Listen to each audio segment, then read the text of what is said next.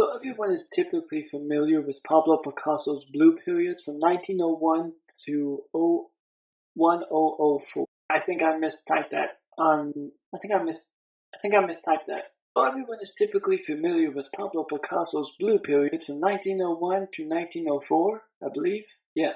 Characterized by somber and surreal-looking work like The Old Guitarist at the Chicago Art Institute, which began either in Spain in 1901 or in Paris in the second half of the year.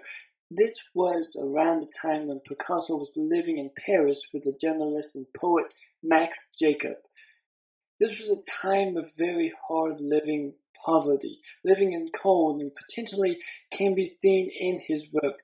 The typical subjects you see in his work are beggars and the lower class population that was also living in the same area that he was. Picasso divided his time between Barcelona and Paris. Austere use of color and sometimes doleful subject matter and gloomy work now presented at the Cleveland Museum of Art from 1904 to 1906 with a lighter tone and style utilized orange and pink colors. Coming out of the blue period, we see a new phase of Picasso's life. But coming from his early background to his life no longer looks bleak. He still can see the desperation that others feel that are still in the same place that he was. From 1907 to 1909, Picasso entered this African-influenced period with the painting Les Demolèses. This the most avant-garde, with his painting Les Demolèses de avant-garde, the painting in avant-garde,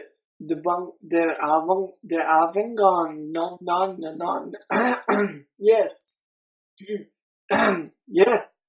yes, that is what it is called, something like that. This painting involves 5 nude females from a brothel on Courrier na Avignon Bonvaux. Each woman is depicted in not such feminine manner. Each face appears angular and disjointed, piercing eyes and blank expressions. According to Picasso, this work was inspired by a subset of Iberian art from the Bronze Age up to the Roman conquest, with African mask-like features evoked a deliberate and utterly original artistic style of compelling, even savage force. But I may be wrong. I'm not sure. I may be wrong. I mean, others are right. I may be wrong. I think. I don't know. But 1909 to 1912, Picasso painted in a style developed with George Baroque, with the brownish and natural earthly. Cubism is an early 20th century movement that used shapes and cubes to create the image, like Girl with a Mandolin and Oil on Canvas, now presented at the Museum of Modern Art in New York. Then further into 1912 to 1919, the further developed Cubism using cut paper fragments. Now in Picasso's life, no longer in a blue period, his work began to go back to the somber look with the loss of Ava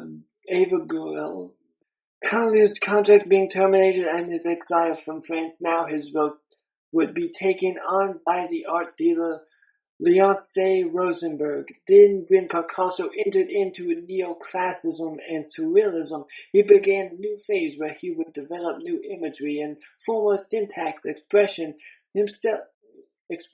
himself emotionally, releasing the violence of psychic fears and eroticism that had been largely contained or sublimated since 1909. The fusion of ritual and abandon in the primitive.